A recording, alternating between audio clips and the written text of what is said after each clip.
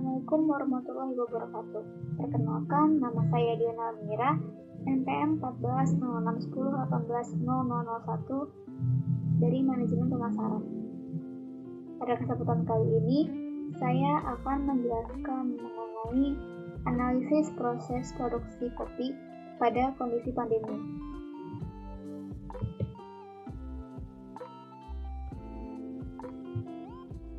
Sebelum saya menganalisis proses produksi kopi pada kondisi saat ini, mari kita lihat terlebih dahulu kondisi yang terjadi saat ini, yaitu kondisi pandemi.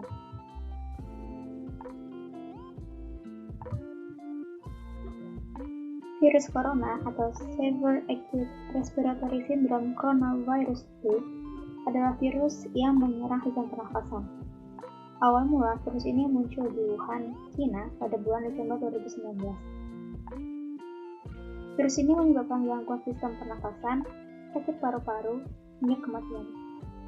Virus ini pun juga dikatakan lebih cepat menyerang lansia, tetapi jika dilihat dari kasus yang terjadi, penyakit ini pun juga menyerang seperti ibu hamil, anak-anak, bahkan bayi sekalipun. Gejala umum yang dialami oleh penderita corona yaitu seperti batuk, demam, pilek, dan sesak napas. Sehingga pemerintah pun menganjurkan atau menyarankan masyarakat untuk selalu mencuci tangan, menggunakan masker, dan menjaga jarak satu sama lain. Pada awal tahun 2020, penyebaran virus corona yang awalnya hanya berada di Cina mulai menyebar ke Indonesia. Dari Pulau Sumatera, Pulau Jawa, Pulau Kalimantan, Pulau Sulawesi, Pulau Bali, hingga Pulau Papua. Hal ini berarti bahwa penyakit atau virus corona ini tidak memandang sekalipun mengenai ras, agama, suku, kelas sosial, usia, jenis kelamin, dan lain-lain.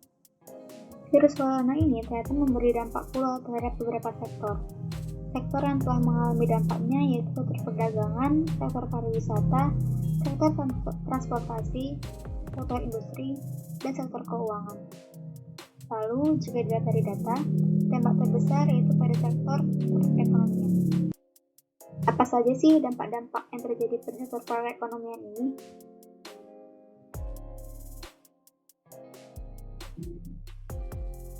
Satu, melambatnya pertumbuhan ekonomi. Pertumbuhan ekonomi melambat karena kondisi pada pandemi ini menyebabkan jalannya aktivitas perekonomian terhenti karena adanya kebijakan pemerintah yang mengatakan bahwa aktivitas harus dibatasi. Lalu pengangguran meningkat. Perusahaan-perusahaan kecil, menengah maupun besar akan melakukan pemangkasan biaya karena dilakukan perubahan sistem. Sehingga untuk mengurangi biaya tersebut, perusahaan pun juga harus mengurangi calon pekerjanya atau pekerjanya. Sehingga mereka akan memilih pekerja yang memiliki kualitas tinggi. Selanjutnya, aktivitas bisnis yang dibatasi.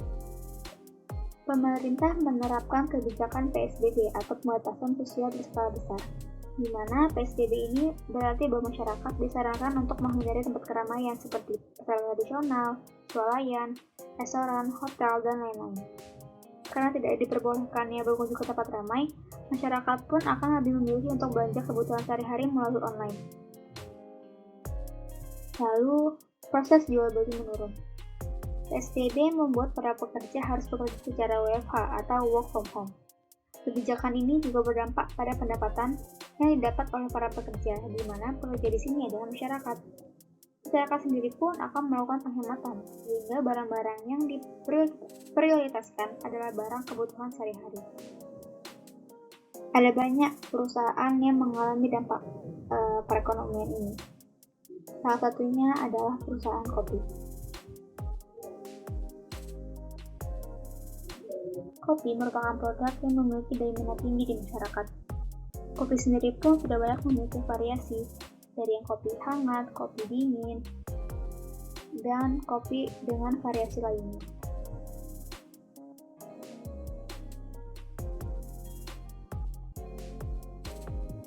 Kopi adalah hasil seduhan biji kopi yang telah melalui proses roasting dan dihaluskan menjadi bubuk. Proses kopi sendiri terdiri dari 3 tahap. Pertama, biji kopi. Biji kopi dipanen, dibersihkan, dan dilakukan proses roasting.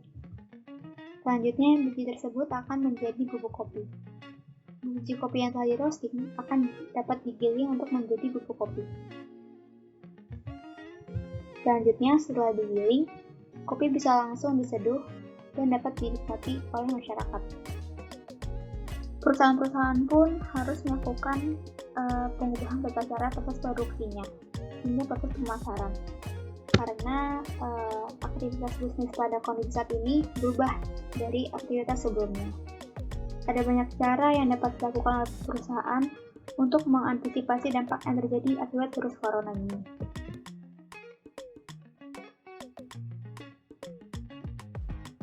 Dengan menggunakan marketing mix. Apa sih marketing mix itu? Marketing mix adalah alat pemasaran yang digunakan perusahaan untuk mengejar tujuan pemasarannya. Marketing mix ini pun terdiri dari 4 unsur, yaitu produk, price atau harga, place atau lokasi, dan promotion atau promosi. Hal yang dapat dilakukan dengan mengacu pada marketing mix yaitu 1. Menentukan strategi bisnis, 2. Melakukan kolaborasi atau pembaharuan produk, 3. Melakukan perubahan teknis pemasaran, dan keempat, merencanakan ulang anggaran biaya.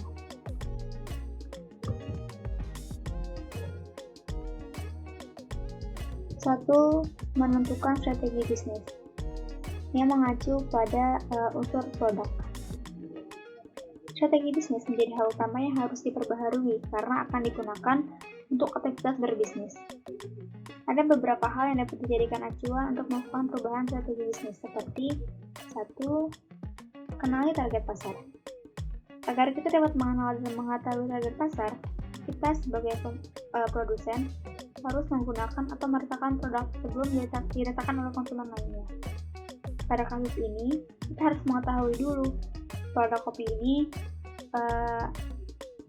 seperti apa rasanya, sehingga kita dapat mengetahui tujuan konsumen nanti akan seperti apa. 2. Kreativitas dan inovasi. Ide kreatif akan sangat dibutuhkan mengingat masyarakat atau konsumen melakukan perubahan pada kebutuhan sehari-hari. Masyarakat akan lebih memilih produk yang memudahkan jalanan kehidupan bersosial. Ide kreatif pada produk kopi kali ini yaitu gerai-gerai kopi menjual produk kopi dan kemasan 1 liter. Yang ketiga adalah memperhatikan kualitas. Kualitas adalah hal utama yang harus diperhatikan agar dapat menarik minat konsumen.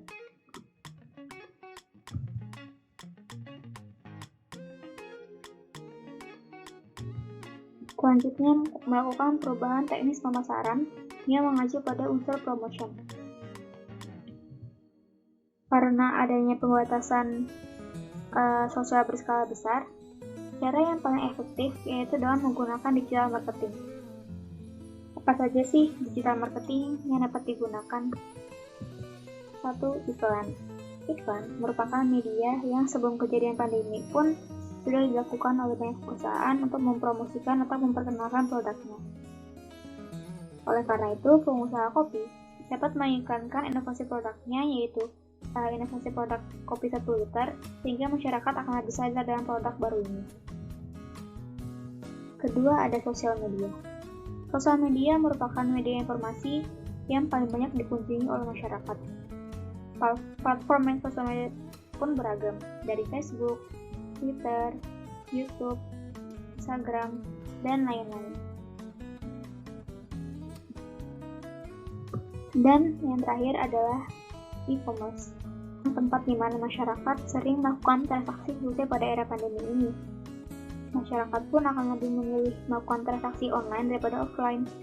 Platform yang dimiliki oleh e-commerce sendiri sudah banyak seperti Shopee, Tokopedia, Bukalapak, dan lain-lain.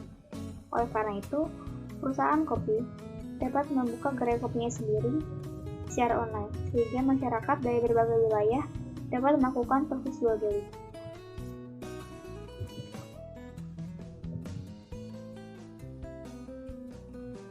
Lalu, melakukan kolaborasi atau pembaharuan produk. yang mengacu pada unsur place.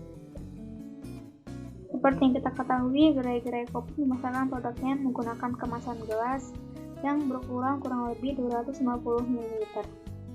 Karena pada kondisi saat ini, masyarakat tidak diperbolehkan untuk mengunjungi tempat ramai, perusahaan pun harus melakukan sebuah inovasi baru, atau bisa disebut sebagai pembaharuan produk.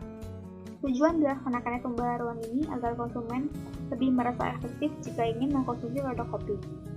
Inovasi yang sudah dilakukan oleh beberapa gerai yaitu menyediakan dan menjual produk kopi berukuran 1000 ml atau 1 liter.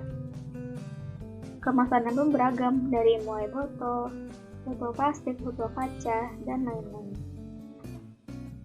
Banyak gerai kopi yang hanya membuka usahanya di wilayah tertentu, sehingga mengharuskan konsumen dari wilayah yang berbeda membeli melalui perantara atau secara online. Oleh karena itu, kita dapat melaksanakan pre-strategi. Dalam pre-strategi, kita mengenal istilah yang dinamakan multi-channel marketing system.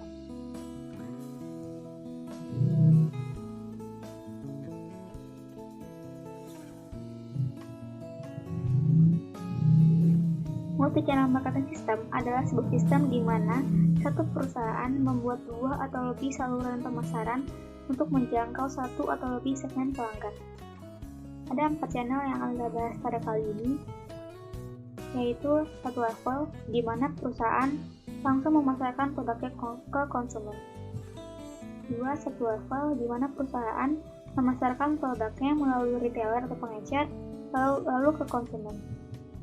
Ketiga, ada 2 level di mana perusahaan memasarkan produknya melalui grosir, lalu retailer atau pengecer, kemudian baru ke konsumen.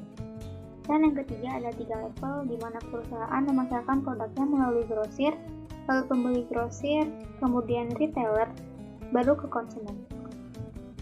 Pada contoh kasus ini, kita dapat menggunakan satu level, di mana produk melalui perantara pengecer terlebih dahulu baru ke konsumen. Pengecer atau retailer sendiri biasanya ada pada wilayah-wilayah yang tidak memiliki gerai kopi yang dituju. Retailer akan menerima pesanan berdasarkan pemesanan konsumen pada wilayahnya, lalu jika sudah mencukupi batas pembelian, mereka akan memesan produk ke perusahaan utama dan dapat membeli produk dengan harga yang lebih terjangkau.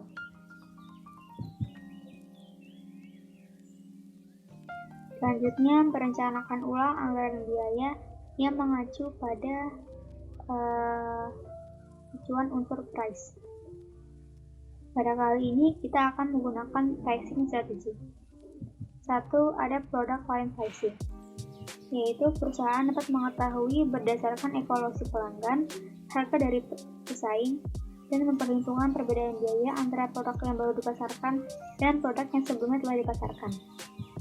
Kedua, optional product pricing. Perusahaan dapat mengetahui dengan melihat produk opsional atau aksesori produk utama. Dalam contoh analisis kita kali ini, misalkan ada tambahan produk minuman coklat 1 liter, makanan ringan gratis jika membeli produk utama, dan lain-lain. Ketiga, captive product pricing. Perusahaan dapat mengetahui dengan melihat apakah perusahaan membutuhkan produk yang harus digunakan dalam produk utama. Yang keempat, ada produk bundle pricing, yaitu perusahaan dapat mengetahui dengan melihat apakah kita ingin menjual produk dengan barang lain dan menjual dengan harga diskon atau tidak. Misalkan dalam analisis kami kali ini, penjual menawarkan paket promo penjualan kopi 1 liter dan 2 kue dengan harga yang lebih murah. Dan yang terakhir adalah by product pricing. Perusahaan dapat mengetahui dengan melihat apakah ada produk selain produk utama yang mempunyai sedikit atau tidak ada nilai keuntungan.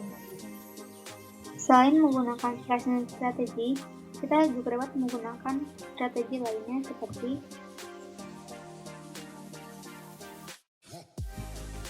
pricing adjustment strategy. Pada kali ini kita akan membahas 4 contoh strateginya, yaitu seperti 1. Diskon. Pada awal mulai dikenalkan produk 1 liter kopi ini, perusahaan dapat memasarkan dan harga diskon terlebih dahulu dengan maksud mempromosikan produk agar lebih dikenal oleh masyarakat. Kedua, ada geographical pricing, di mana setiap penjual dari berbagai wilayah agar menyesuaikan harga produk yang akan digunakan berdasarkan nilainya pelanggan. Ketiga, ada promotional pricing. Jika produk sudah dikenal oleh kalangan luas, tidak ada salahnya jika perusahaan menerapkan harga promosi, sehingga pelanggan akan terus berdatangan dan permintaan akan meningkat. Dan yang terakhir adalah dynamic pricing, yaitu penyesuaian harga yang berdasarkan dinamika kebutuhan pelanggan.